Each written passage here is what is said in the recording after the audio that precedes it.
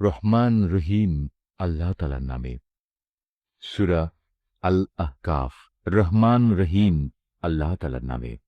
হামিম। আল্লাহ তাআলার কাছ থেকেই এ মহাগ্রন্থ আল কোরআনের অবতরণ, যিনি মহাপরাক্রমশালী ও প্রবল প্রজ্ঞাময়।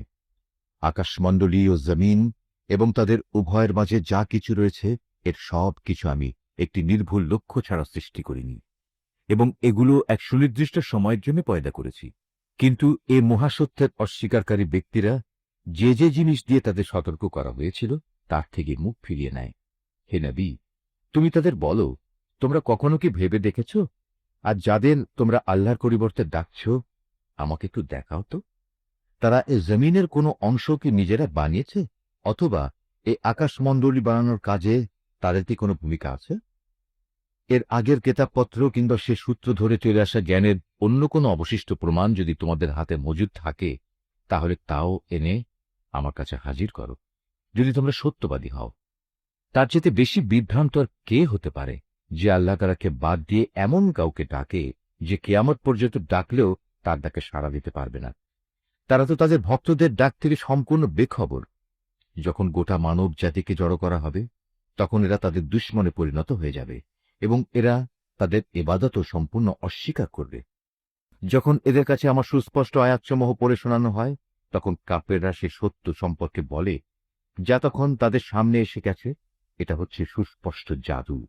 তারা কি একথা বলতে চায় সে রসূল নিজে তা বানিয়ে নিয়েছে? তুমি তাদের বলো, হ্যাঁ সত্যি, যদি এমন কিছু আমি আল্লাহর নামে বানিয়ে পেশ করি, তাহলে আল্লাহর ক্রোধ থেকে আমার বাঁচানোর জন্য তোমরা তো কোনো ক্ষমতাই রাখো না। আল্লাহ তাআলা ভালো করে জানেন তোমরা এ ব্যাপারে কি কি কথা নিজেরা বানিয়ে বানিয়ে বলছ, এবং তোমাদেরও আমার মাঝে কে কথা বানাচ্ছে। এ কথা সাক্ষ্য দেওয়ার জন্য আমারও তোমাদের মাঝে আল্লাহ তাআলাই যথেষ্ট। আল্লাহ তাআলা একান্ত ক্ষমাশীল ও পরম দয়ালু। তুমি বলো, রসূলদের মাঝে আমি তো নতুন নই, আমি এও জানি না আমার সাথে কি ধরনের আচরণ করা হবে এবং তোমাদের সাথেও বা কি ব্যবহার করা হবে। আমি শুধু সেটুকুরই অনুসরণ করি যেটুকু আমার কাছে ওহী করে পাঠানো হয়, আর আমি তোমাদের জন্য সতর্ককারী বই কিছুই নই। তুমি আরো বলো, তোমরা কি কখনো এই কথা ভেবে দেখেছ, এই মহাগ্রন্থটা যদি আল্লাহর কাছ থেকে নাজিল হয়ে থাকে এবং তোমরা তা অস্বীকার করো, তাহলে এর পরিণাম কি হবে? অথচ এ ধরনের এক ব্যাপারে বনী ইসরায়েলের একজন সাক্ষী সেখানে সাক্ষ্য প্রদান করে তার উপর ঈমান এনেছে। তারপরেও তোমরা অহংকার করলে জেনে রেখো, আল্লাহ তাআলা কখনো সীমা লঙ্ঘনকারীদের সঠিক পথে পরিচালিত করেন না। যারা অস্বীকার করেছে তারা ঈমানদারদের সম্পর্কে বলে, যদি ঈমান আনার মাঝে সত্যিই কোনো কল্যাণ থাকত, তাহলে কতিপয় সাধারণ মানুষ আমাদের আগে এ পথে এগিয়ে আসত না। যেহেতু এরা নিজেরা পথের কোনো দিশা পায়নি, তাই অচিরেই তারা বলতে শুরু করবে, এ তো হচ্ছে একটি পুরনো মিথ্যা অপবাদ। এর আগে মানুষদের পথপ্রদর্শক ও আল্লাহর রহমত হিসেবে মুসার কেতাব তাদের কাছে মজুদ ছিল, আর এ কেতাব তো পূর্ববর্তী কেতাবের সত্যতাও স্বীকার করে। এটা এসেছে আরবি ভাষায়, যেন তা সীমা লঙ্ঘনকারীদের সাবধান করে দিতে এবং ন্যায় পরায়ণ ব্যক্তিদের সুসংবাদ দিতে পারে। যেসব মানুষ একথা বলে আল্লাহ তাআলাই হচ্ছেন আমাদের একমাত্র মালিক, অতঃপর তারা এর ওপর অবিচল হয়ে দাঁড়িয়ে থাকে, তাদের জন্য নিঃসন্দেহে কোনো ভয়ের শঙ্কা নেই এবং তাদের কখনো উদ্বিগ্নও হতে হবে না। তারাই হবে জান্নাতের অধিকারী, সেখানে তারা চিরদিন থাকবে। এ হচ্ছে তাদের সেই কাজের পুরস্কার যা তারা দুনিয়ায় করে এসেছে। আমি মানুষকে আদেশ দিয়েছি সে যেন নিজের পিতামাতার সাথে ভালো ব্যবহার করে, কেননা তার মা তাকে অত্যন্ত কষ্ট করে পেটে ধারণ করেছে এবং অতি কষ্টে তাকে জন্ম দিয়েছে, এবং এভাবে তার গর্ভধারণকালে ও জন্মের পর তাকে দুধ পান করানোর দীর্ঘ ৩০টি মাস সময়, অতঃপর সে যৌবনে পরিণত বয়সের দ্বারে এসে হাজির হয়, এবং একদিন সে ৪০ বছরে এসে উপনীত হয়। তখন সে বলে, হে আমার মালিক, এবার তুমি আমাকে সামর্থ্য দাও। তুমি আমার উপর শুরু থেকে যেসব অনুগ্রহ করে এসেছ এবং আমার পিতা মাতার উপর যে অনুগ্রহ তুমি করেছ, আমি যেন এর কৃতজ্ঞতা আদায় করতে পারি। সর্বোপরি আমি যেন এমন সব ভালো কাজ করতে পারি যার ফলে তুমি আমার উপর সন্তুষ্ট হবে। আমার সন্তান সন্ততিদের মাঝেও তুমি সংশোধন এনে দাও। অবশ্যই আমি তোমার দিকে ফিরে আসছি। আমি তো তোমার অনুগত বান্দাদেরই একজন। মূলত এরাই হচ্ছে সে মানুষ যারা দুনিয়ায় যেসব ভালো কাজ করে তা আমি যথাযথভাবে গ্রহণ করি, আর তাদের মন্দ কাজগুলো আমি উপেক্ষা করি, এরাই হবে সেদিন জান্নাতবাসীদের অন্তর্ভুক্ত। এদের কাছে প্রদত্ত আল্লাহর ওয়াদা যা সত্য প্রমাণিত হবে। তবে সে ব্যক্তির কথা আলাদা, যে ব্যক্তি নিজ পিতা মাতাকে বলে, তোমাদের ধিক, তোমরা উভয়ে কি আমাকে এই বলে প্রতিশ্রুতি দিচ্ছ যে আমাকে কবর থেকে বের করে আনা হবে, অথচ আমার আগে বহু সম্প্রদায় গত হয়ে গেছে যাদের একজনকেও কবর থেকে বের করে আনা হয়নি। এ কথা শুনে পিতা মাতা উভয়ই আল্লাহর সাহায্য প্রার্থনা করে এবং সন্তানকে বলে, ও হে, তোমার দুর্ভোগ হোক, এখনো সময় আছে, আল্লাহ তাআলার উপর ঈমান আনো, আল্লাহর ওয়াদা অবশ্যই সত্য প্রমাণিত হবে।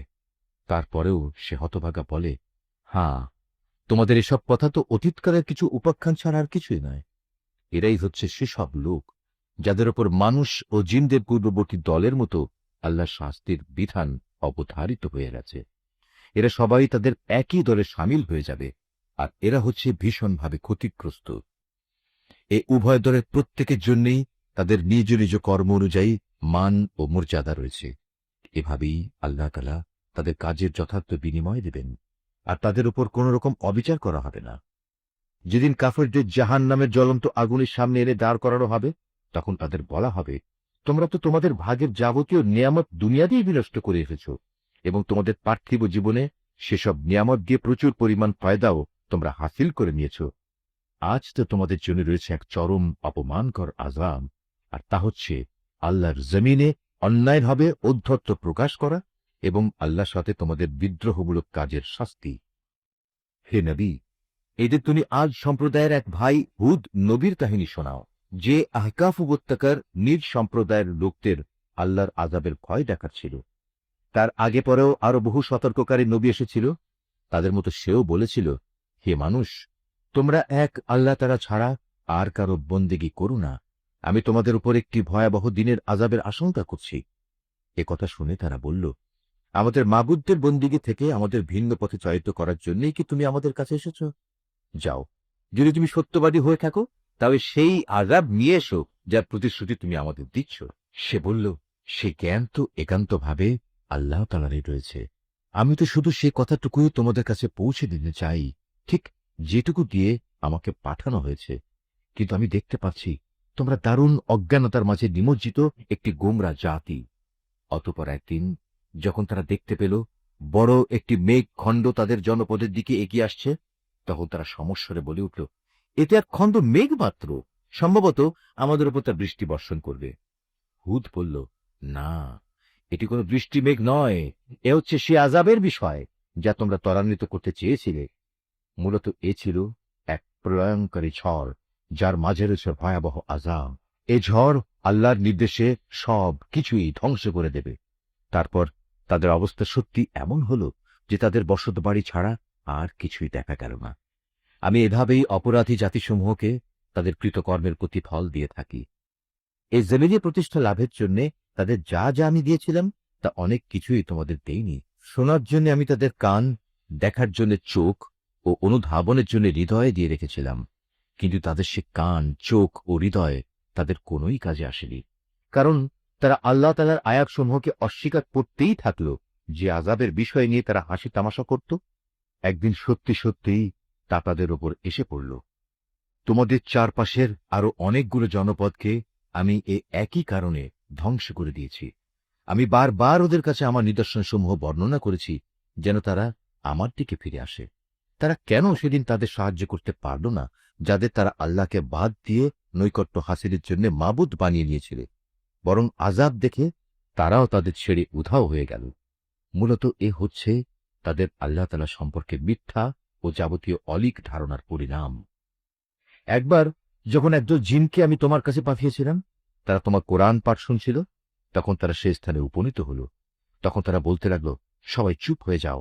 অতঃপর যখন কোরআন পাঠের কাজ শেষ হয়ে গেল, তখন তারা এক একজন নিজের সম্প্রদায়ের কাছে আল্লাহর আযাব থেকে সতর্ককারী হিসেবেই ফিরে গেল। তারা বলল, হে আমাদের জাতি, আজ আমরা এমন এক গ্রন্থ ও তার তেলাওয়াত শুনে এসেছি যা মূসার পরে নাজিল করা হয়েছে। এই গ্রন্থ আগের পাঠানো সব গ্রন্থের সত্যতা স্বীকার করে। এই গ্রন্থটি সবাইকে সত্য ও সঠিক পথের দিকে পরিচালিত করে। হে আমাদের জাতি, তোমরা সবাই মিলে আল্লাহর পথে আহ্বানকারীর এ ডাকে সাড়া দাও এবং তার রসুলের উপর ঈমান আনো, তাহলে আল্লাহ তাআলা তোমাদের যাবতীয় গুনাহখাতা ক্ষমা করে দেবেন এবং তোমাদের কঠিন আযাব থেকে মুক্তি দেবেন। আর তোমাদের মাঝে যদি কেউ আল্লাহর পথের এই আহ্বানকারীর ডাকে সাড়া না দেয়, তবে তার জানা উচিত এই জমিনে আল্লাহকে ব্যর্থ করে দেওয়ার কোন রকম ক্ষমতাই সে রাখে না, বরং এই আচরণের জন্য সে আল্লাহর কাছে তার কোনই সাহায্যকারী পাবে না। এ ধরনের লোকেরা তো সুস্পষ্ট গুমরাহিতে নিমজ্জিত। এ লোকগুলো কি এটা বুঝতে পারে না যে মহান আল্লাহ তাআলা আসমান সমূহ, জমিন বানিয়েছেন এবং এ সব কিছু সৃষ্টি যাকে সামান্যতম ক্লান্ত করতে পারেনি? তিনি কি একবার মরে গেলে মানুষকে পুনরায় জীবন দান করতে সম্পূর্ণ সক্ষম নন? হ্যাঁ, অবশ্যই তিনি সব কিছুর উপর ক্ষমতাবান। সেসব কাফেরদের যখন জ্বলন্ত আগুনের সামনে দাঁড় করানো হবে, তখন তাদের বলা হবে, আমার এই প্রতিশ্রুতি কি সত্য ছিল? তারা বলবে, হ্যাঁ, আমাদের মালিকের শপথ, এটা অবশ্যই সত্য। অতঃপর তাদের বলা হবে, এবার তোমরা শাস্তি উপভোগ করো, এবং এ হচ্ছে সে আযাব যা তোমরা অস্বীকার করতে। হে নবী, তুমি ধৈর্য ধারণ করো, ঠিক যেমন করে ধৈর্য ধারণ করেছিল আমার দৃঢ় প্রতিষ্ঠ সাহসী নবীরা। এই নির্বোধ ব্যক্তিদের ব্যাপারে তুমি কখনো তাড়াহুড়ো করো না। যেদিন সত্যি তারা সেই আযাব নিজেদের সামনে দেখতে পাবে যার ওয়াদা তাদের কাছে করা হয়েছিল, তখন তাদের অবস্থা হবে এমন যেন দুনিয়ায় তারা দিনের সামান্য একটি মুহূর্ত সময় অতিবাহিত করে এসেছে। মূলত এটি একটি ঘোষণা মাত্র। এই ঘোষণা যারা প্রত্যাখ্যান করেছে তাদের ছাড়া আর কাউকে সেদিন ধ্বংস করা হবে না। সূরা মুহাম্মদ, রহমান রহিম আল্লাহ তাআলার নামে। যারা আল্লাহ তাআলাকে অস্বীকার করেছে এবং অন্য মানুষদের আল্লাহর পথ থেকে দূরে সরিয়ে রেখেছে, আল্লাহ তাআলা তাদের সমগ্র কর্মই বিনষ্ট করে দিয়েছেন। যারা আল্লাহর উপর ঈমান এনেছে এবং ভালো কাজ করেছে, মুহাম্মাদের উপর আল্লাহর তরফ থেকে যা কিছু নাজিল করা হয়েছে তার উপরও ঈমান এনেছে, যা একান্তভাবে তাদের মালিকের পক্ষ থেকে আসা সত্য, আল্লাহ তাআলা তাদের জীবনের সব গুনাহখাতা মাফ করে দেবেন এবং তাদের অবস্থা শুধরে দেবেন। এ সব কিছু এজন্য হবে যারা আল্লাহকে অস্বীকার করে, তারা মূলত মিথ্যারই অনুসরণ করে। অপরদিকে যারা ঈমান আনে, তারা তাদের মালিকের কাছ থেকে পাওয়া সত্য বিষয়ের অনুসরণ করে, আর এভাবেই আল্লাহ তাআলা এদের জন্য তাদের দৃষ্টান্ত স্থাপন করেন। অতএব যুদ্ধের ময়দানে যখন তোমরা কাফেরদের সম্মুখীন হবে, তখন তোমরা তাদের গর্দানে আঘাত কর। অতঃপর এভাবে তাদের অনেককেই যখন হত্যা করবে, তখন তোমরা বন্দীদের শক্ত করে বেঁধে রাখো। এরপর বন্দীদের মুক্ত করে দেবে কিংবা তাদের কাছ থেকে মুক্তিপণ আদায় করে ছেড়ে দেবে। এটা একান্তই তোমাদের ব্যাপার। তবে যতক্ষণ যুদ্ধ তার অস্ত্রের বোঝা ফেলে না দেবে, ততক্ষণ পর্যন্ত তোমরাও অস্ত্র সংবরণ করো না। এটাই তোমাদের করা উচিত। অথচ আল্লাহ তাআলা চাইলে যুদ্ধ ছাড়াই তাদের পরাজয়ের শাস্তি দিতে পারতেন। তিনি এক দলকে দিয়ে আরেক দলের পরীক্ষা নিতে চাইলেন। যারা আল্লাহর পথে জীবন দিয়েছে, আল্লাহ তাআলা তাদের কর্ম কখনো বিনষ্ট হতে দেবেন না। তিনি অবশ্যই তাদের সঠিক পথে পরিচালিত করেন এবং তাদের সার্বিক অবস্থাও তিনি শুধরে দেবেন।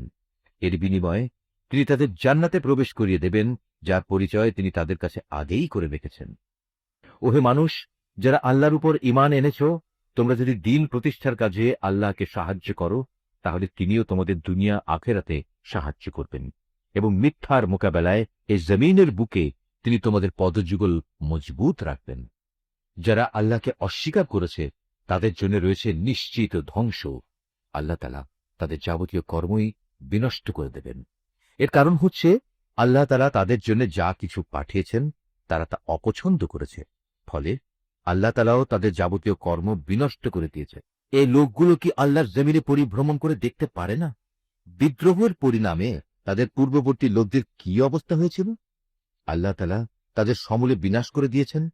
যারা আল্লাহকে অস্বীকার করেছে, তাদের জন্যও সেই একই ধরনের আযাব রয়েছে। এর কারণ হচ্ছে যারা আল্লাহতে বিশ্বাস করে, আল্লাহই হন তাদের একমাত্র রক্ষক। প্রকারান্তরে যারা তাকে অবিশ্বাস করে, তাদের কোথাও কোনো সাহায্যকারী থাকে না।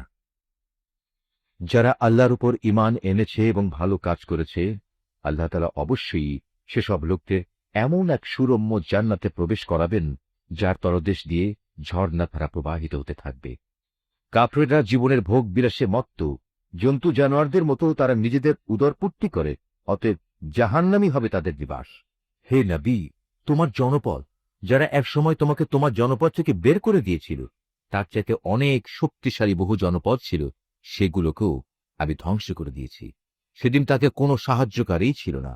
যে ব্যক্তি তার মালিকের কাছ থেকে আসা সুস্পষ্ট সমুজ্জ্বল নিদর্শনের উপর রয়েছে, তার সাথে এমন ব্যক্তির তুলনা কিভাবে হবে যার চোখের সামনে তার মন্দ কাজগুলো শোভনীয় করে রাখা হয়েছে এবং তারা নিজেদের খেয়াল খুশির অনুসরণ করে? আল্লাহ তাআলাকে যারা ভয় করে, তাদের যে জান্নাতের ওয়াদা করা হয়েছে, সেখানে নির্মল পানির ফোয়ারা রয়েছে, রয়েছে দুধের এমন কিছু ঝর্ণাধারা যার স্বাদ কখনো পরিবর্তিত হয় না, রয়েছে পানকারীদের জন্য সুধার সুপেয় নহর সমূহ, রয়েছে বিশুদ্ধ মধুর ঝর্ণাধারা, আরও রয়েছে সব ধরনের ফলমূল দিয়ে সাজানো সুরম্য বাগিচা। সর্বোপরি সেখানে রয়েছে তাদের মালিকের কাছ থেকে পাওয়া ক্ষমা। এ ব্যক্তি কি তার সমান হতে পারে?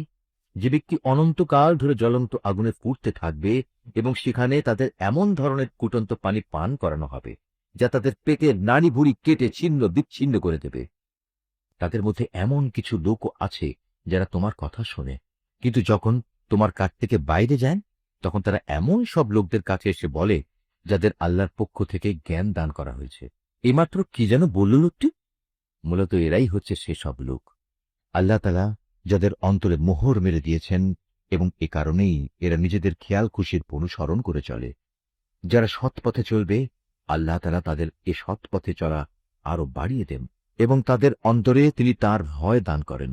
হঠাৎ করে কিয়ামতের ক্ষণটি তাদের উপর এসে পড়ুক, তারা কি সেই অপেক্ষায় দিন গুনছে? অথচ কিয়ামতের লক্ষণসমূহ তো এসেই পড়েছে। আর একবার যখন কিয়ামত এসেই করবে, তখন তারা কিভাবে উপদেশ গ্রহণ করবে? হে নবী, জেনে রেখো, আল্লাহ তাআলা ছাড়া দ্বিতীয় কোনো মাবুদ নেই। অতএব তাঁর কাছেই নিজের গুনাহ খাতার জন্য ক্ষমা প্রার্থনা করো। ক্ষমা প্রার্থনা করো তোমার সাথী মোমেন পুরুষ ও মোমেন নারীদের জন্য। আল্লাহ তাআলা যেমন তোমাদের গতিবিধির খবর রাখেন, তেমনি তিনি তোমাদের দিবাস সম্পর্কেও পূর্ণ ওয়াকিবহাল রয়েছেন। যারা ঈমান এনেছে তারা অত্যন্ত উৎসাহের সাথে বলে, কত ভালো হতো যদি আমাদের প্রতি জিহাদের আদেশ সম্বলিত কোনো সূরা নাজিল করা হতো।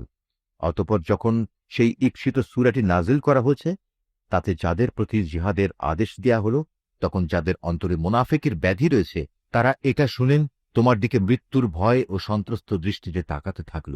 অতঃপর তাদের জন্যই রয়েছে শোচনীয় পরিণাম। অথচ আদেশের আনুগত্য করা এবং সুন্দর কথা বলাই ছিল তাদের জন্য উত্তম। যখন জিহাদের সিদ্ধান্ত হয়েই গেছে, তখন তাদের জন্য আল্লাহর সাথে কৃত অঙ্গীকার পূরণ করাই ছিল ভালো। অতএব তোমাদের কাছ থেকে এর চাইতে বেশি কি প্রত্যাশা করা যাবে? যে তোমরা একবার যদি এ জমিনে শাসন ক্ষমতায় বসতে পারো, তাহলে আল্লাহ জমিনে বিপর্যয় সৃষ্টি করবে এবং যাবতীয় আত্মীয়তার বন্ধন ছিন্ন করে ফেলবে। মূলত এরা হচ্ছে সেসব মানুষ যাদের ওপর আল্লাহ তাআলা অভিসম্পাত করেন। তিনি তাদের বোবা করে দিয়েছেন, তাই তারা সত্য কথা বলতে পারে না, এবং তাদের তিনি অন্ধ করে দিয়েছেন, তাই তারা সত্য কি তা দেখতেও পায় না। তবে কি এরা কোরআন সম্পর্কে কোন রকম চিন্তা গবেষণা করে না? নাকি এদের অন্তরসমূহের উপর তালা ঝুলে আছে? যাদের কাছে হেদায়েতের পথ পরিষ্কার হয়ে যাওয়ার পরেও তারা তা থেকে মুখ ফিরিয়ে নেয়, শয়তান এদের মন্দ কাজগুলো ভালো লেবাস দিয়ে শোভনীয় করে পেশ করে এবং তাদের জন্য নানা মিথ্যা প্রলোভন দিয়ে রাখে। এমনটি এজন্যই হয়েছে, মানুষের জন্য আল্লাহ তাআলা যা কিছু নাজিল করেছেন তা যারা পছন্দ করে না, এরা তাদের বলে, আমরা ঈমানদারদের দরে থাকলেও কিছু কিছু ব্যাপারে আমরা তোমাদের কথা মতোই চলব। আল্লাহ তাআলা এদের গোপন অভিসন্ধি সম্পর্কে খবর রাখেন। সেদিন তাদের অবস্থা কেমন হবে, যেদিন আল্লাহর ফেরেশতা তাদের মুখমণ্ডল ও পৃষ্ঠদেশে প্রচণ্ড আঘাত করতে করতে তাদের মৃত্যু ঘটাবে। এটা এজন্যে তারা এমন সব পথের অনুসরণ করেছে যার উপর আল্লাহ তাআলা অসন্তুষ্ট। আল্লাহর সন্তুষ্টি তারা কখনো পছন্দ করেনি। এ কারণেই আল্লাহ তাআলা এদের যাবতীয় কর্ম নিষ্ফল করে দিয়েছেন। যেসব মানুষের মনে মুনাফিকির ব্যাধি রয়েছে, তারা কি একথা বুঝে নিয়েছে আল্লাহ তাআলা তাদেরকে বিদ্বেষজনিত আচরণ অন্যদের সামনে প্রকাশ করে দেবেন না? আমি তো ইচ্ছে করলে তোমাকে তাদের দেখিয়ে দিতে পারি, অতঃপর তাদের চেহারা দেখেই তুমি তাদের চিনে নিতে পারবে। তুমি তাদের কথাবার্তার ধরন দেখে তাদের অবশ্যই চিনে নিতে পারবে। এরাই হচ্ছে আসল মুনাফিক। নিঃসন্দেহে আল্লাহ তাআলা তোমাদের যাবতীয় কার্যের ব্যাপারে সম্যক ওয়াকিবহাল রয়েছেন। আমি অবশ্যই তোমাদের পরীক্ষা করব, যতক্ষণ না আমি একথা জেনে নেব কে তোমাদের মাঝে সত্যিকার ভাবে আল্লাহর পথের মুজাহিদ আর কে তোমাদের মধ্যে জিহাদের ময়দানে ধৈর্য ধারণকারী অবিচল যতক্ষণ পর্যন্ত আমি তোমাদের খোঁজ খবর ভালো করে যাচাই বাছাই করে না নেব, ততক্ষণ পর্যন্ত আমার এ পরীক্ষা চলতে থাকবে। যারা কুফরি করে এবং অন্য মানুষদের আল্লাহর পথে আসা থেকে বিরত রাখে এবং তাদের কাছে হেদায়েতের পথ পরিষ্কার হয়ে যাওয়ার পরেও যারা আল্লাহর রসুলের বিরোধিতা করে, তারা কখনো আল্লাহ তাআলার কিছুমাত্র ক্ষতি সাধন করতে সক্ষম হবে না, বরং এ কারণে অচিরেই আল্লাহ তাআলা তাদের যাবতীয় কর্ম নিষ্ফল করে দেবেন। ওহে মানুষ, যারা ঈমান এনেছ, তোমরা সর্বাবস্থায় আল্লাহর আনুগত্য করো, শর্তহীন আনুগত্য করো তার রসুলের। বিদ্রোহ করে কখনো তোমরা নিজেদের কাজকর্ম বিফলে যেতে দিও না। যারা নিজেরা আল্লাহ তাআলাকে অস্বীকার করে এবং অন্য মানুষদেরও যারা আল্লাহর পথে আসা থেকে ফিরিয়ে রাখে, অতঃপর এ কাফের অবস্থায় তারা মরে যায়, আল্লাহ তাআলা এসব লোকদের কখনো ক্ষমা করবেন না। অতএব তোমরা কখনো হতোদ্যম হয়ে পড়ো না এবং কাফেরদের সন্ধির দিকে ডেকো না, কেননা শেষতক বিজয়ী তোমরাই হবে। আল্লাহ তাআলা তো তোমাদের সাথেই রয়েছেন, তিনি কখনো তোমাদের কর্মফল বিনষ্ট করবেন না। অবশ্যই এ বৈষয়িক দুনিয়ার জীবন হচ্ছে খেলাধুলা ও হাসি তামাশা মাত্র। এতে মত্ত না হয়ে তোমরা যদি আল্লাহর উপর ঈমান আনো এবং সর্বাবস্থায় আল্লাহকে ভয় করে চলো, তাহলে তিনি অবশ্যই তোমাদের এই কাজের যথার্থ বিনিময় প্রদান করবেন এবং এর বদলে তিনি তোমাদের কাছ থেকে কোন ধন সম্পদ চাইবেন না। যদি কখনো তিনি তোমাদের কল্যাণের জন্য তোমাদের ধন সম্পদের কিছু অংশ দাবি করেন, অতঃপর এর জন্য তিনি যদি তোমাদের উপর প্রবল চাপও প্রদান করেন, তা হলেও তোমরা তা দিতে গিয়ে কার্পণ্য করবে, ফলে তোমাদের বিদ্বেষজনিত আচরণগুলো তিনি বের করে দেবেন। হ্যাঁ, এ হচ্ছে তোমরা, তোমাদেরই তো ডাকা হচ্ছে আল্লাহর পথে সম্পদ খরচ করার জন্য, অতঃপর তোমাদের একদল লোক কার্পণ্য করতে শুরু করল। অথচ যারা কার্পণ্য করে তারা প্রকারান্তরে নিজেদের সাথেই কার্পণ্য করে, কারণ আল্লাহ তাআলা তো এমনিই যাবতীয় প্রয়োজন মুক্ত, শুধু তোমরাই হচ্ছ অভাবগ্রস্ত। তা সত্ত্বেও যদি তোমরা আল্লাহর পথে ফিরে না আসো, তাহলে তিনি তোমাদের জায়গায় অন্য কোনো এক জাতের উত্থান ঘটাবেন, অতঃপর তারা কখনো তোমাদের মতো হবে না। সূরা আল ফাতাহ। রহমান রহিম আল্লাহ তাআলার নামে। হে নবী, নিঃসন্দেহে আমি তোমাকে এক সুস্পষ্ট বিজয় দান করেছি, যাতে করে এর দ্বারা আল্লাহ তাআলা তোমার আগে পরে যাবতীয় ত্রুটি বিচ্যুতি ক্ষমা করে দিতে পারেন। তোমার উপর প্রদত্ত তাঁর যাবতীয় অনুদানসমূহও তিনি পূরণ করে দিতে পারেন এবং তোমাকে সঠিক সরল পথে পরিচালিত করতে পারেন। আর এই ঘটনার মাধ্যমে আল্লাহ তাআলা তোমাকে বড় রকমের একটা সাহায্য করবেন। তিনি সেই মহান সত্তা, যিনি ঈমানদারদের মনে গভীর প্রশান্তি দান করেছেন, যাতে করে তাদের বাইরের ঈমান তাদের ভেতরের ঈমানের সাথে মিলে আরও বৃদ্ধি পায়। তারা যেন জেনে নিতে পারে আসমান জমিনের সমুদয় সৈন্য সামন্ত তো একান্তভাবে আল্লাহ তাআলার জন্যে, আর আল্লাহ তাআলাই হচ্ছেন সর্বজ্ঞ এবং সর্ববিষয় ওয়াকিবহাল। এই জিহাদের মাধ্যমে তিনি মোমেন পুরুষ ও মোমেন নারীদের এমন এক স্থায়ী জান্নাতে প্রবেশ করাবেন, যার তলদেশ দিয়ে ঝর্ণাধারা প্রবাহিত রয়েছে, সেখানে তারা হবে চিরন্তন। তিনি তাদের গুনাহসমূহ মাফ করে দেবেন। আর সত্যিকার অর্থে আল্লাহ তাআলার কাছে মোমেনদের জন্য এটা হচ্ছে মহা সাফল্য। এর দ্বারা তিনি মুনাফিক পুরুষ ও মুনাফিক নারী, আল্লাহর সাথে শরীক করে এমন পুরুষ ও নারী এবং আরও যারা আল্লাহ তাআলা সম্পর্কে নানাবিধ খারাপ ধারণা পোষণ করে, তাদের সবাইকে শাস্তি প্রদান করবেন। আসলে খারাপ পরিণাম তো ওদের চারিদিক থেকে পরিবেষ্টন করেই আছে। আল্লাহ তাআলা তাদের ওপর গজব পাঠিয়েছেন, তাদের তিনি অভিশাপ দিয়েছেন, অতঃপর তাদের জন্য তিনি জাহান্নাম তৈরি করে রেখেছেন। আর জাহান্নাম তো অত্যন্ত নিকৃষ্ট ঠিকানা। আসমান সমূহ ও জমিনের সমুদয় বাহিনী আল্লাহ তাআলার জন্যেই, এবং তিনিই হচ্ছেন পরাক্রমশালী এবং প্রবল প্রজ্ঞাময়।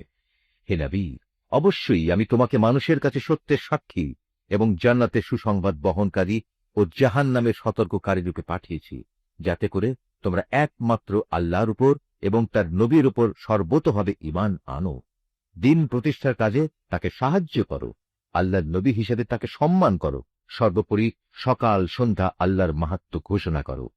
নিঃসন্দেহে আজ যারা তোমার কাছে বায়াত করছে, তারা তো প্রকারান্তরে আল্লাহর কাছেই বায়াত করল, কেননা আল্লাহর হাত ছিল তাদের হাতের উপর। তাদের কেউ যদি এ বায়াত ভঙ্গ করে, তাহলে এর ভয়াবহ পরিণাম তার নিজের উপরেই এসে পড়বে।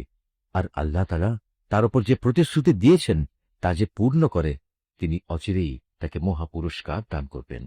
আরব বেদুইনদের যারা তোমার সাথে যোগ না দিয়ে পেছনে পড়ে থেকেছে, তারা অচিরেই তোমার কাছে এসে বলবে, হে নবী, আমাদের মাল সম্পদ ও পরিবার পরিজন আমাদের ব্যস্ত করে রেখেছিল, অতএব তুমি আমাদের জন্যই আল্লাহর কাছে ক্ষমা প্রার্থনা করো। হে মুহাম্মদ, তুমি এদের কথা প্রতারিত হও না। এরা মুখে এমন সব কথা বলে যার কিছুই তাদের অন্তরে নেই। বরং তুমি এদের বলে দাও, আল্লাহ তাআলা যদি তোমাদের কোনো ক্ষতি কিংবা কোনো উপকার করতে চান, তাহলে কে তোমাদের ব্যাপারে তার ইচ্ছা থেকে তাকে ফিরিয়ে রাখতে পারবো? তোমরা যা যা করছো আল্লাহ তাআলা সে সম্পর্কে সম্যক ওয়াকিবহাল রয়েছেন। তোমরা সবাই মনে করেছিলে রসূল ও তার সাথী মোমেনরা কোনো দিনই এ অভিযান থেকে নিজেদের পরিবার পরিজনের কাছে জীবিত ফিরে আসতে পারবে না, আর এ ধারণা তোমাদের কাছে খুবই সুখকর লেগেছিল এবং তোমরা তাদের সম্পর্কে খুবই খারাপ ধারণা করে রেখেছিলে। আসলে তোমরা হচ্ছ একটি নিশ্চিত ধ্বংসোন্মুখ জাতি। আল্লাহ তাআলা ও তার রসূলের উপর যারা কখনো বিশ্বাস করেনি, আমি সে অবিশ্বাসীদের জন্য জ্বলন্ত আগুন প্রস্তুত করে রেখেছি। আকাশমণ্ডলীয় পৃথিবী যাবতীয় সার্বভৌমত্ব তো এককভাবে তাঁরই জন্য নির্দিষ্ট। অতএব তিনি যাকে ইচ্ছা তাকে ক্ষমা করেন, আবার যাকে ইচ্ছা তাকে শাস্তি প্রদান করেন। আল্লাহ তাআলা একান্ত ক্ষমাশীল ও পরম দয়ালু। অতঃপর যখন তোমরা যুদ্ধলব্ধ সম্পদ হাসিল করতে যাবে, তখন পেছনে পড়ে থাকা এ লোকগুলো এসে অবশ্যই তোমাকে বলবে, আমাদেরও তোমাদের সাথে যেতে দাও। এভাবে তারা আল্লাহর ফরমানই বদলে দিতে চায়। তুমি বলে দাও, তোমরা কিছুতেই এখন আমাদের সাথে চলতে পারবে না। আল্লাহ তাআলা তো আগেই তোমাদের ব্যাপারে এমন ঘোষণা দিয়ে রেখেছেন। এ কথা শুনে তারা সাথে সাথে বলে উঠবে, তোমরা আমাদের প্রতি বিদ্বেষ পোষণ করছো। কিন্তু এই লোকগুলো আসলে বোঝেই নিতান্ত কম। পেছনে পড়ে থাকা আরব বেদুইনদের তুমি আরো বলো, অচিরেই তোমাদের একটি শক্তিশালী জাতির সাথে যুদ্ধ করার জন্য ডাক দেয়া হবে। তোমরা তাদের সাথে যুদ্ধ করবে অথবা তারা আত্মসমর্পণ করবে। তোমরা যদি এই নির্দেশ মেনে চলো, তাহলে আল্লাহ তাআলা তোমাদের উত্তম পুরস্কার দান করবেন। আর তোমরা যদি তখনও আগের মতো পৃষ্ঠ প্রদর্শন করো, ময়দান থেকে পালিয়ে যাও, তাহলে জেনে রেখো তিনি তোমাদের কঠোর দণ্ড দেবেন। তবে কোনো অন্ধ ও পঙ্গু কিংবা রুগ্ন ব্যক্তি জিহাদের ময়দানে না এলে তার জন্য কোনো গুনাহ নেই। এবং যে কোনো ব্যক্তি আল্লাহ তাআলা ও তার রাসূলের আনুগত্য করবে, তিনি তাকে এমন এক জান্নাতে প্রবেশ করাবেন যার তলদেশে ঝর্ণাধারা প্রবহমান থাকবে। আবার যে ব্যক্তি আল্লাহর আনুগত্য থেকে মুখ ফিরিয়ে নেবে, তিনি তাকে মর্মন্তুদ শাস্তি দেবেন। ঈমানদার ব্যক্তিরা যখন গাছের নিচে বসে তোমার হাতে আনুগত্যের বায়াত করছিল, তখন আল্লাহ তাআলা তাদের উপর খুবই সন্তুষ্ট হয়েছেন। তাদের মনের উদ্বেগজনিত অবস্থার কথা আল্লাহ তাআলা ভালো করেই জানতেন। তাই তিনি তা দূর করার জন্য তাদের উপর মানসিক প্রশান্তি নাজিল করলেন এবং আসন্ন বিজয় দিয়ে তাদের তিনি পুরস্কৃত করলেন। তাছাড়া রয়েছে বিপুল পরিমাণ যুদ্ধলব্ধ সম্পদ যা তারা লাভ করবে। আল্লাহ তাআলা অনেক শক্তিশালী ও প্রজ্ঞাময়। আল্লাহ তাআলা তোমাদের আরো প্রতিশ্রুতি দিয়েছেন, আগামীতেও তোমরা বিপুল পরিমাণ যুদ্ধলব্ধ সম্পদের অধিকারী হবে। এরপরে আল্লাহ তাআলা এই বিজয়কে তোমাদের জন্য ত্বরান্বিত করেছেন এবং অন্যদের হাত থেকে তোমাদের রক্ষা করেছেন, যাতে করে এটা মুমিনদের জন্য আল্লাহ তাআলার একটা নিদর্শন হতে পারে এবং এর দ্বারা তিনি তোমাদের সঠিক পথে পরিচালিত করতে পারেন। এছাড়াও অনেক সম্পদ রয়েছে যার উপর এখনো তোমাদের কোনো অধিকার প্রতিষ্ঠিত হয়নি। আসমান জমিনের সমুদয় সম্পদ তা তো আল্লাহ তাআলা নিজেই পরিবেষ্টন করে আছেন, আর আল্লাহ তাআলা সব কিছুর উপর একক ক্ষমতায় ক্ষমতাবান। সেদিন যদি কাফেররা তোমাদের সাথে সম্মুখ সমরে এগিয়ে আসত, তাহলে তারা পৃষ্ঠ প্রদর্শন করে ময়দান থেকে পালিয়ে যেত। অতঃপর তারা কোনো সাহায্যকারী ও বন্ধু পেত না। এ হচ্ছে আল্লাহ তাআলার চিরন্তন নিয়ম, যা আগে থেকে একই হারায় চলে আসছে। তুমি কোথাও আল্লাহ তাআলার এই নিয়মের কোনো রদবদল দেখতে পাবে না। তিনিই মহান আল্লাহ, যিনি মক্কা নগরীর অদূরে তাদের উপর তোমাদের নিশ্চিত বিজয় দানের পর তাদের হাত তোমাদের থেকে এবং তোমাদের হাত তাদের থেকে নিবৃত্ত করেছেন। আর তোমরা যা করছিলে আল্লাহ তাআলা তার সব কিছুই দেখছিলেন। তারা তো সেসব অপরাধী মানুষ যারা আল্লাহ তাআলা ও তার রসূলকে অস্বীকার করেছে এবং তোমাদের আল্লাহর ঘর তাওয়াফ করা থেকে বাধা দিয়েছে এবং কোরবানির উদ্দেশ্যে আনিত পশুগুলোকে তাদের নির্ধারিত স্থান পর্যন্ত পৌঁছতে বাধা দিয়েছে। যদি সেদিন মক্কা নগরীতে এমন সব মোমেন পুরুষ ও নারী অবস্থান না করত যাদের অনেককেই তোমরা জানতে না, তাছাড়া যদি এই আশঙ্কা না থাকত যে একান্ত অজান্তে তোমরা তাদের পদদলিত করে দেবে এবং এজন্যে তোমরা পরে হয়তো অনুতপ্তও হবে, তাহলে এ যুদ্ধ বন্ধ করা হতো না। যুদ্ধ তো এ কারণেই বন্ধ করা হয়েছিল যে এর দ্বারা আল্লাহ তাআলা যাকে চান তাকে নিজের রহমতের আওতায় নিয়ে আসেন। যদি সেদিন তারা কাফেরদের থেকে পৃথক হয়ে যেত, তাহলে মক্কার অবশিষ্ট কাফেরদের আমি কঠিন ও মর্মান্তিক শাস্তি দিতাম। এ কারণেই যখন এ কাফেররা নিজেদের মনে জাহেলিয়াতের ঔদ্ধত্য জমিয়ে নিয়েছিল, তখন তাদের মোকাবেলায় আল্লাহ তাআলা তার রসুলের ওপর ও তার সাথী মোমেনদের ওপর এক মানসিক প্রশান্তি নাজিল করে দিলেন, এবং এ অবস্থায়ও তিনি তাদের আল্লাহকে ভয় করে চলার নীতির ওপর কায়েম রাখলেন। মূলত তারাই ছিল আল্লাহর পক্ষ থেকে প্রশান্তি পাওয়ার অধিকতর যোগ্য ব্যক্তি। আল্লাহ তাআলা সব কিছুর ব্যাপারেই যথার্থ জ্ঞান রাখেন। রুকু 4। অবশ্যই আল্লাহ তাআলা তার রসুলের স্বপ্ন সত্যে পরিণত করে দেখিয়েছেন। রসুল স্বপ্নে দেখেছিল, একদিন অবশ্যই তোমরা আল্লাহ তাআলার ইচ্ছায় নিরাপদে মসজিদুল হারামে প্রবেশ করবে। তোমাদের কেউ তখন মাথা মুন্ডন করা অবস্থায়, আবার কেউ মাথা চুল কাটা অবস্থায় থাকবে। তোমাদের মনে তখন আর কোন রকম ভয় ভীতি থাকবে না। স্বপ্নের এ কথা আল্লাহ তাআলা ভালো করেই জানতেন, যার কিছুই তোমাদের জানা ছিল না। অতঃপর বড় বিজয়ের ব্যাপারটি আসার আগেই আল্লাহ তাআলা তোমাদের জন্য এ আশু বিজয় দান করেছেন। তিনিই হচ্ছেন সেই মহান সত্তা, যিনি তার রসুলকে যথার্থ পথ নির্দেশ ও সঠিক জীবন বিধান দিয়ে পাঠিয়েছেন, যাতে করে আল্লাহ রসুল দুনিয়ার অন্য সব বিধানের উপর একে বিজয়ী করে দিতে পারে। সত্যের পক্ষে সাক্ষ্য দেওয়ার জন্য আল্লাহ তাআলাই যথেষ্ট। মুহাম্মদ আল্লাহ তাআলার রসুল। অন্য যেসব লোক তার কাছে আছে তারা নীতির প্রশ্নে কাফেরদের প্রতি অত্যন্ত কঠোর, আবার তারা নিজেদের মধ্যে একান্ত সহানুভূতিশীল। তুমি যখনই তাদের দেখবে তারা রুকু ও সাজদাবনত অবস্থায় রয়েছে, আল্লাহর অনুগ্রহ ও তার সন্তুষ্টি কামনা করছে। তাদের বাহ্যিক চেহারায়ও এই আনুগত্য ও সাজদার চিহ্ন রয়েছে। তাদের উদাহরণ যেমন বর্ণিত রয়েছে তাওরাতেও, তেমনি তাদের উদাহরণ রয়েছে ইনজিলেও। আর তা হচ্ছে, যেমন একটি বীজ যা থেকে বেরিয়ে আসে একটি ছোট্ট কিশলয়, অতঃপর তা শক্ত ও মোটা তাজা হয় এবং পরে স্বীয় কাণ্ডের ওপর তা দৃঢ়ভাবে দাঁড়িয়ে যায়। চারাগাছটির অবস্থা তখন চাষির মনকে খুশিতে উৎফুল্ল করে তোলে। এভাবে একটি মোমেন সম্প্রদায়ের পরিশীলনের ঘটনা দ্বারা আল্লাহ তাআলা কাফেরদের মনে হিংসা ও জ্বালা সৃষ্টি করেন। আবার এদের মাঝে যারা আল্লাহ তাআলা ও তার রসুলের উপর ঈমান আনে এবং নেক আমল করে, আল্লাহ তাআলা তাদের জন্য তার ক্ষমা ও মহা পুরস্কারের প্রতিশ্রুতি দিয়েছেন। সূরা আল হুজুরাত। রহমান রহিম আল্লাহ তাআলার নামে। ওহে মানুষ, তোমরা যারা ঈমান এনেছ, আল্লাহ তাআলা ও রসুলের সামনে কখনো অগ্রণী হও না এবং সর্বদা আল্লাহকে ভয় করে চলো। আল্লাহ তাআলা নিঃসন্দেহে সবকিছু শোনেন এবং দেখেন। হে ঈমানদার ব্যক্তিরা, কখনো নিজেদের আওয়াজ নবীর আওয়াজের উপর উঁচু করো না, এবং নিজেরা যেভাবে একে অপরের সাথে উঁচু গলায় আওয়াজ করো, নবীর সামনে কখনো সে ধরনের উঁচু আওয়াজে কথা বলো না। এমন যেন কখনো না হয় যে তোমাদের সব কাজকর্ম এ কারণেই বরবাদ হয়ে যাবে এবং তোমরা তা জানতেও পারবে না। যারা আল্লাহর রসুলের সামনে নিজেদের গলার আওয়াজ নিম্নগামী করে রাখে, তারা হচ্ছে সেসব মানুষ যাদের মন মগজকে আল্লাহ তাআলা তাকওয়ার জন্য যাচাই বাছাই করে নিয়েছেন। এমন ধরনের ব্যক্তির জন্যই রয়েছে আল্লাহর ক্ষমা ও অসীম পুরস্কার। হে নবী, যারা তোমাকে সময় অসময় তোমার কক্ষের বাইরে থেকে ডাকে, তাদের অধিকাংশই নির্বোধ লোক। যতক্ষণ তুমি তাদের কাছে বের হয়ে না আসো, ততক্ষণ পর্যন্ত তারা যদি ধৈর্য ধরে অপেক্ষা করত, তাহলে এটা তাদের জন্য হতো খুবই উত্তম। আল্লাহ তাআলা ক্ষমাশীল ও পরম দয়ালু। হে ঈমানদার ব্যক্তিরা, যদি কোনো দুষ্ট প্রকৃতির লোক তোমাদের কাছে কোনো তথ্য নিয়ে আসে, তবে তোমরা তার সত্যতা পরখ করে দেখবে। কখনো যেন আবার এমন না হয়, না জেনে তোমরা কোনো একটি সম্প্রদায়ের ক্ষতি করে ফেললে এবং পরে নিজেদের কৃতকর্মের ব্যাপারে তোমাদেরই অনুতপ্ত হতে হল। তোমরা জেনে রাখো, সিদ্ধান্ত দেওয়ার জন্য তোমাদের মাঝে এখনো আল্লাহর রসুল মজুদ রয়েছে। আর আল্লাহর রসুল যদি অধিকাংশ ব্যাপারে তোমাদের মতেরই অনুসরণ করে চলে, তাহলে তোমরা এর ফলে সংকটে পড়ে যাবে। কিন্তু আল্লাহ তাআলা তা চাননি বলেই তোমাদের কাছে তিনি ঈমানকে প্রিয় বস্তু বানিয়ে দিয়েছেন। তোমাদের অন্তরে সে ঈমান আকর্ষণের বিষয় করে রেখে দিয়েছেন।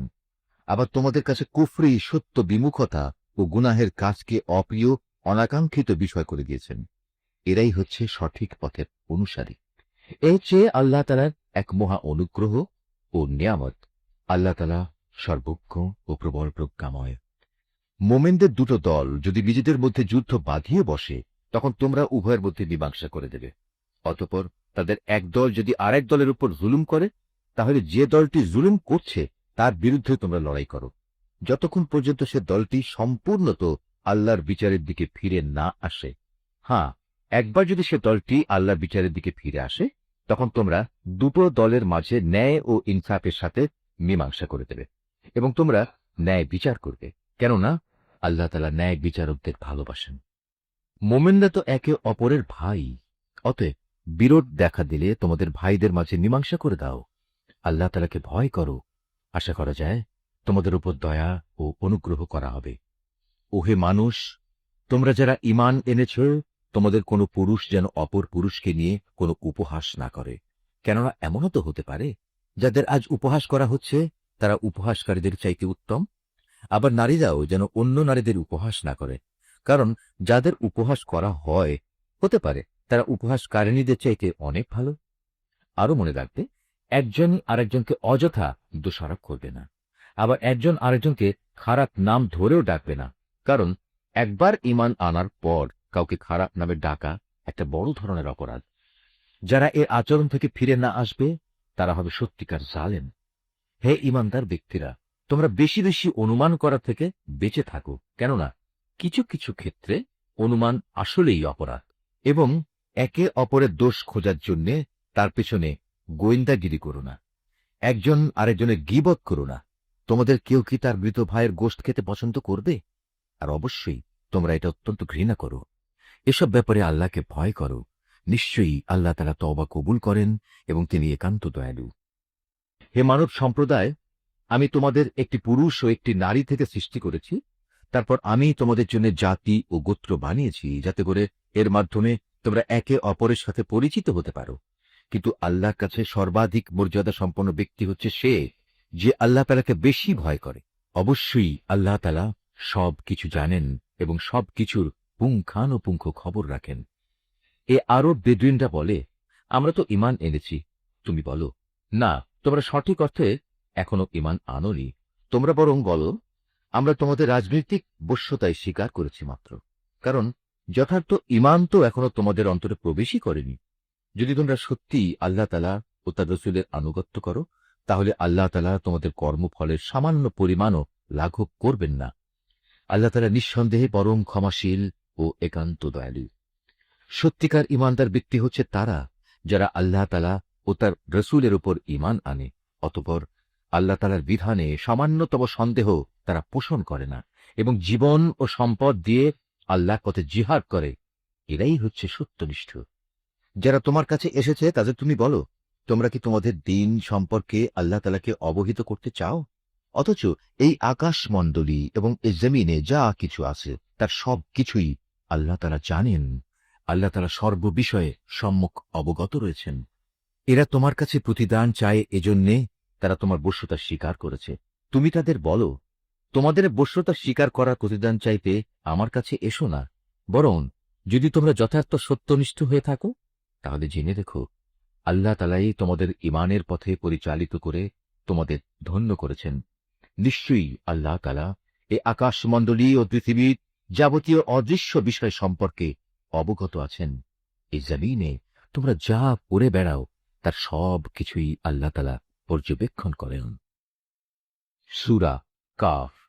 রহমান রহিম আল্লাহ তাআলার নামে। কাফ। মর্যাদা সম্পন্ন কোরআনের শপথ, অবশ্যই আমি তোমাকে রাসূল করে পাঠিয়েছি। একথা অনুধাবন না করে বরং তারা বিস্ময় বোধ করে, তাদের নিজেদের মাঝ থেকে কি করে একজন সতর্ককারী নবী তাদের কাছে এলো। অতঃপর অবিশ্বাসীরা এও বলে, এ তো আসলে একটা আশ্চর্যজনক ব্যাপার। এটা কি এমন যে আমরা যখন মরে যাব এবং আমরা যখন মাটি হয়ে যাব তখন পুনরায় আমাদের জীবন দান করা হবে? এ তো সত্যি এক সুদূর পরাহত ব্যাপার। আমি তো এও জানি মৃত্যুর পর তাদের দেহ থেকে কতটুকু অংশ জমিন বিনষ্ট করে, আর আমার কাছে একটি গ্রন্থ আছে যেখানে সব বিবরণ সংরক্ষিত রয়েছে।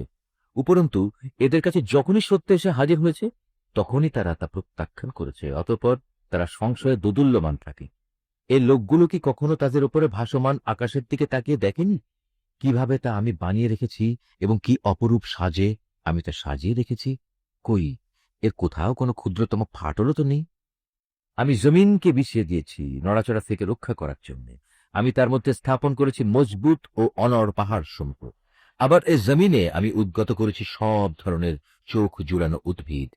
মূলত প্রতিটি মানুষ যে আনুগত্যের দিকে ফিরে আসতে চায়, এর প্রতিটি জিনিসই তার চোখ খুলে দেবে এবং তাকে আল্লাহর অস্তিত্বের পাঠ মনে করিয়ে দেবে। আকাশ থেকে আমি বরকতপূর্ণ পানি অবতীর্ণ করেছি এবং তা দিয়ে উদ্যানমালা ও এমন শস্যরাজি পয়দা করেছি যা কেটে কেটে আহরণ করা হয়। আরো পয়দা করেছি উঁচু উঁচু খেজুর বৃক্ষ, যার গায়ে গুচ্ছ গুচ্ছ খেজুর সাজানো রয়েছে। এগুলো আমি বান্দাদের জীবিকা হিসেবে দান করেছি এবং আমি পানি দিয়ে মৃত ভূমিকে জীবন দান করি। এমনই মৃত মানুষদের কবর থেকে বেরিয়ে আসার ঘটনা সংঘটিত হবে। এর আগেও নুহের জাতি, রসের অধিবাসী ও সামুদ জাতির লোকেরা তাদের নবীদের অস্বীকার করেছে আদ, ফেরাউন ও লুতের সম্প্রদায়ও। বনের অধিবাসী এবং তুব্বা সম্প্রদায়ের লোকেরাও তাই করেছে। এরা সবাই আল্লাহর রসুলদের মিথ্যাবাদী বলেছে। অতঃপর তাদের উপর আমার প্রতিশ্রুত আযাব আপতিত হয়েছে। আমি কি মানুষদের প্রথমবার সৃষ্টি করতে গিয়ে এতই ক্লান্ত হয়ে পড়েছি যে এরা আমার পুনরায় সৃষ্টি করার কাজে সন্দেহ পোষণ করছে? নিঃসন্দেহে আমি মানুষদের সৃষ্টি করেছি। তার মনের কোণে যে খারাপ চিন্তা উদয় হয় সে সম্পর্কেও আমি জ্ঞাত আছি, কারণ আমি তার ঘাড়ের রগ থেকেও তার অনেক কাছে অবস্থান করি। এই সরাসরি জ্ঞান ছাড়াও সেখানে আরো দুজন ফেরেশতা, একজন তার ডানে আর একজন তার বামে বসে তার প্রতিটি তৎপরতা সংরক্ষণ করার কাজে নিয়োজিত আছে। ক্ষুদ্র একটি শব্দও সে উচ্চারণ করে না, যা সংরক্ষণ করার জন্য একজন সদা সতর্ক প্রহরী তার পাশে নিয়োজিত থাকে না। মৃত্যু যন্ত্রণার মুহূর্তটি সত্যি এসে হাজির হলে তাকে বলা হয়, ওহে নির্বোধ, এ হচ্ছে সে মুহূর্তটা যাতে তুমি পালিয়ে বেড়াবে। অতঃপর সবাইকে একত্রিত করার জন্য সিনায় ফু দেয়া হবে। তখন তাদের বলা হবে, এ হচ্ছে সেই শাস্তির দিন যার কথা তোমাদের বলা হয়েছিল। সেদিন প্রতিটি মানুষ আল্লাহর আদালতে এমন ভাবে হাজির হবে যে তাকে হাঁকিয়ে নিয়ে যাবার জন্য সাথে একজন ফেরেশতা থাকবে।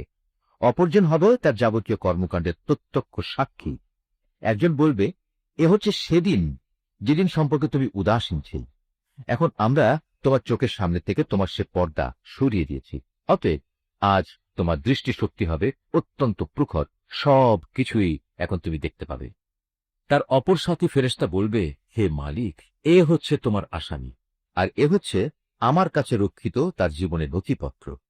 অতঃপর উভয় ফেরেশতাকে বলা হবে, তোমরা দুজন মিলে একে এবং এর সাথে প্রতিটি অধ্যত প্রদর্শনকারী কাফেরকে জাহান্নামে নিক্ষেপ করো। কেননা এরা ভালো কাজে বাধা দিত, যত্রতত্র সীমা লঙ্ঘন করত, স্বয়ং আল্লাহর ব্যাপারে এরা সন্দেহ পোষণ করত। যে ব্যক্তি আল্লাহ তাআলার সাথে অন্য কিছুকে মাবুদ বানিয়ে নিত, তাকেও আজ জাহান্নামের কঠিন আযাবে নিক্ষেপ করো। এ সময় তার সহচর শয়তান বলে উঠবে, হে আমাদের মালিক, আমি কিন্তু এই ব্যক্তিটিকে তোমার বিদ্রোহী বানাইনি। বস্তুত সে নিজেই ঘোর বিভ্রান্তিতে নিমজ্জিত ছিল। আল্লাহ তাআলা বলবেন, এখন তোমরা আমার সামনে বাক বিতনটা করো না।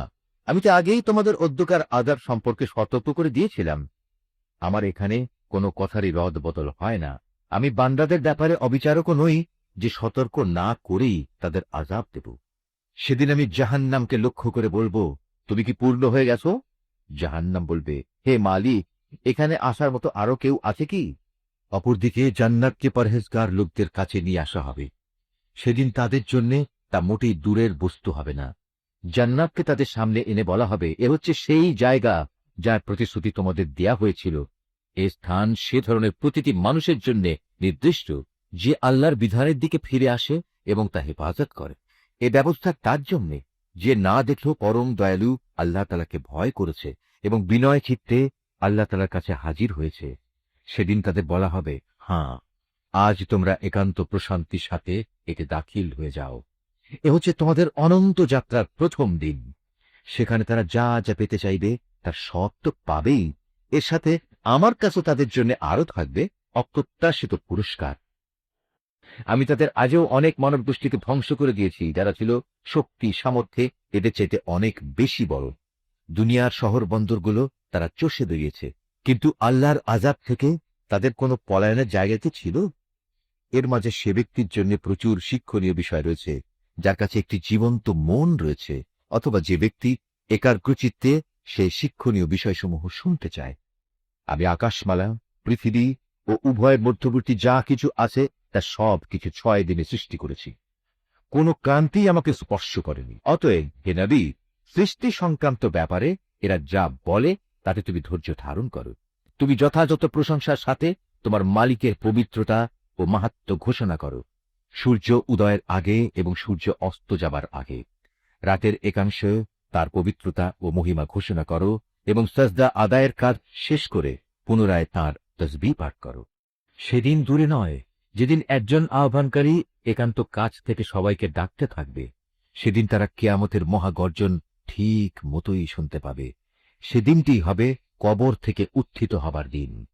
সত্য কথা হচ্ছে, আমি জীবন দান করি, আমি মৃত্যু ঘটাই এবং সবাইকে আবার আমার কাছেই ফিরে আসতে হবে। সেদিন তাদের ওপর থেকে কবরের মাটি ফেটে যাবে। যখন তারা দ্রুত হাসরের মাঠের দিকে দৌড়াতে থাকবে, বলা হবে, এ হচ্ছে হাসরের দিন। মূলত আমার জন্য এটি একটি সহজ কাজ। হে নবী, এরা যা কথাবার্তা বলে তার সব কিছুই আমি জানি। তুমি তো তাদের উপর জোর জবরদস্তি করার কেউ নও। অতঃপর এ কোরআন দিয়ে তুমি সে ব্যক্তিকে সদুপদেশ দাও যে আমার শাস্তিকে ভয় করে। সূরা আয-যারিয়াত। রহমান রহিম আল্লাহ তাআলার নামে। ঝঞ্ঝা বিক্ষুব্ধ বাতাসের শপথ, যা ধুলাবালি উড়িয়ে নিয়ে যায়। অতঃপর মেঘমালার শপথ, যা পানির বোঝা বয়ে চলে। জলযান সমূহের শপথ, যা ধীরে ধীরে এগিয়ে চলে। অতঃপর তাদের ফেরেশতাদের শপথ, যারা আল্লাহর আদেশ মোতাবেক প্রত্যেক বস্তু বন্টন করে। কিয়ামতের যে দিনের ওয়াদা তোমাদের সাথে করা হচ্ছে তা অবশ্যম্ভাবী সত্য। বিচার আচারের একটা দিন অবশ্যই আসবে। বহু কক্ষ বিশিষ্ট আকাশের শপথ, তোমরাও কিয়ামতের ব্যাপারে নানা কথাবার্তার মধ্যে নিমজ্জিত রয়েছ। মূলত সে ব্যক্তি গোমরা হয়ে গেছে যে আখেরাতের বিশ্বাস পরিত্যাগ করেছে। ধ্বংস হোক যারা শুধু অনুমানের উপর ভিত্তি করে কথা বলে। সর্বোপরি যারা জাহেলিয়াতে নিমজ্জিত হয়ে মূল সত্য থেকে উদাসীন হয়ে পড়েছে। এরা তামাশার ছলে জিজ্ঞেস করে, বিচারের দিন কবে আসবে? এদের তুমি বলো, যেদিন তাদের আগুনে দগ্ধ করা হবে সেদিন কিয়ামত হবে। সেদিন তাদের বলা হবে, এবার তোমরা তোমাদের শাস্তি ভোগ করতে থাকো। এ হচ্ছে সেদিন যে জন্য তোমরা খুব তাড়াহুড়ো করছিলে। যারা আল্লাহ তাআলাকে ভয় করে তারা আল্লাহ তাআলার জান্নাতে ও ঝর্ণাধারায় চির শান্তিতে থাকবে। সেদিন আল্লাহ তাআলা তাদের যা যা পুরস্কার দেবেন তা সবই তারা সানন্দ চিত্তে গ্রহণ করতে থাকবে। নিঃসন্দেহে এরা আগে সৎকর্মশীল ছিল। তারা রাতের সামান্য অংশ ঘুমিয়ে কাটাত। রাতের শেষ প্রহরে তারা আল্লাহর কাছে ক্ষমা প্রার্থনা করত। এরা বিশ্বাস করত তাদের ধন সম্পদে প্রার্থী ও বঞ্চিত লোকদের অধিকার রয়েছে। যারা নিশ্চিতভাবে বিশ্বাস করত তাদের জন্য পৃথিবীর মাঝে আল্লাহকে চেনা জানার অসংখ্য নিদর্শন ছড়িয়ে রয়েছে। তোমাদের নিজেদের এ দেহের মধ্যেও তো আল্লাহকে চেনার অসংখ্য নিদর্শন রয়েছে। তোমরা কি দেখতে পাও না? আকাশের মাঝে রয়েছে তোমাদের রিজিক, তোমাদের দেয়া যাবতীয় প্রতিশ্রুতি। অতএব এ আসমান জমিনের মালিকের শপথ, এ গ্রন্থটা নির্ভুল, ঠিক যেমনি তোমরা এখন একে অপরের সাথে কথাবার্তা বলছ। হে নবী, তোমার কাছে ইব্রাহিমের সেই সম্মানিত মেহমানদের কাহিনী পৌঁছেছে কি? যখন তারা তার ঘরে প্রবেশ করল তখন তারা তাকে সালাম পেশ করল। সেও উত্তরে বলল, সালাম। কিন্তু তার কাছে এদের অপরিচিত লোক বলে মনে হল। এরপর চুপে চুপে নিজ ঘরের লোকদের কাছে চলে গেল। কিছুক্ষণ পর সে একটি ভুনা করা মোটা তাজা বাছুর সহ ফিরে এলো। অতঃপর সে তা তাদের সামনে পেশ করল এবং বলল, কি ব্যাপার, তোমরা খাচ্ছ না যে? তাদের খেতে না দেখে সে মনে মনে তাদের ব্যাপারে ভয় পেল। তার ভয় দেখে তারা বলল, তুমি ভয় করো না।